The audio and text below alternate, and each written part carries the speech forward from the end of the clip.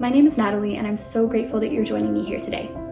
Tomorrow marks day 1 of Plastic-Free July, which means that for each day over the next 31 days, I'll be sharing one disposable plastic item, as well as the more sustainable alternatives that I found. I hope that you'll join me, but before we begin, I want to take a moment to note that plastics are just one small factor of the discussion on climate change.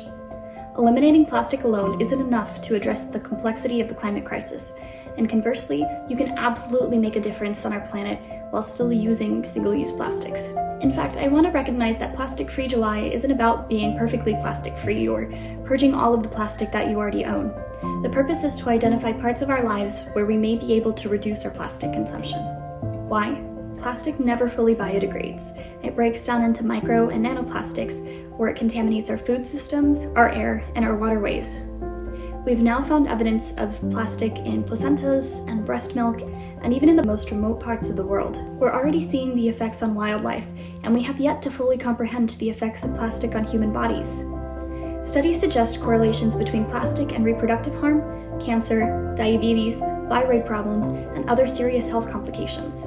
These are severe risks for a product that, in most cases, can be replaced with safer alternatives. While recycling initially seems like a good solution, plastic actually diminishes in quality each time that it's made into something else.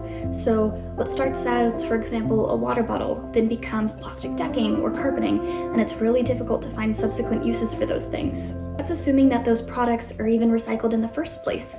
Over 90% of plastic globally is never recycled, and instead it's sent to landfills or incinerators, in both cases where it emits toxins into our environment. Some scientific advances, such as magnets that can pull microplastics out of the ocean, or wax worms that can break down plastics, are a source of hope. But before we can clean up our messes, we need to turn off the faucet.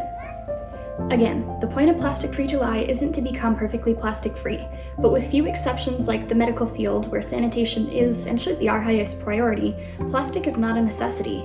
Just imagine what we can accomplish if we refocus our world's brightest minds away from our linear economy and apply them towards finding circularity. And for those of us who aren't engineers or politicians, one of the best things that we can do is use our power as consumers.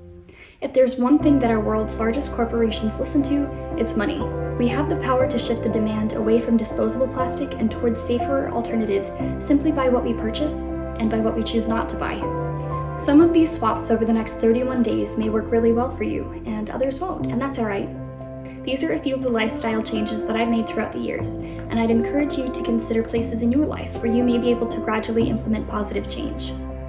This July, please pay attention to the plastics that you buy and throw away, and ask yourself if there's a way you can lessen the demand for plastic-based products. On behalf of Mother Earth and all of us who call this planet home, Charlie and I would like to thank you for all of the effort that you can give, and for your part in the big picture. Love you.